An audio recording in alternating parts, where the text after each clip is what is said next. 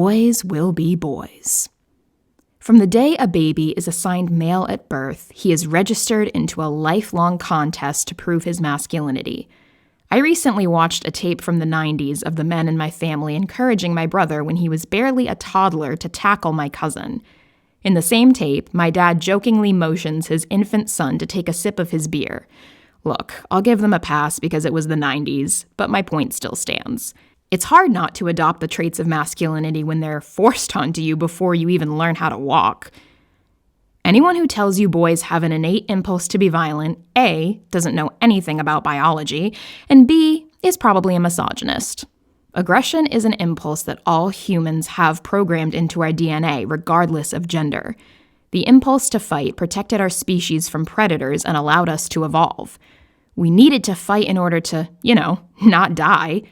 But we aren't living in the woods anymore, so what are we fighting to protect ourselves from now? By the end of this book, you'll have the answer.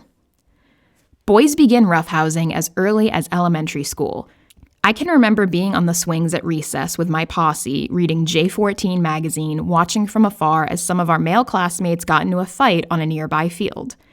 The results of every fight was always the teacher yelling, "Both of you, to the office, now!" I couldn't tell you what transpired in the office, but whatever it was didn't do much because the fights continued into middle school, and even more so into high school. Every single fight I'd heard about had been caused by either a disagreement or a miscommunication.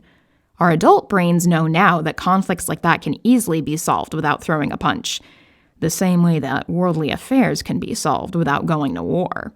Despite being the same age and at the same stage of development, young girls are statistically more likely to solve disputes with their peers without resorting to violent behaviors. So what leads to boys acting out more aggressively? It couldn't possibly be just the toys he plays with. It couldn't possibly stem from just the action movies that modeled violent behavior as a way to solve the problem. And it certainly wasn't just the first-person shooter video games that mom let him have at 10 years old, despite them being rated M for mature. No, it couldn't be just any one of these things.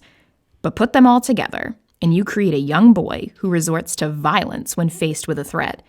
And instead of taking accountability for their part in tacitly encouraging these behaviors, the parents, teachers, and coaches lean onto the classic trope, boys will be boys.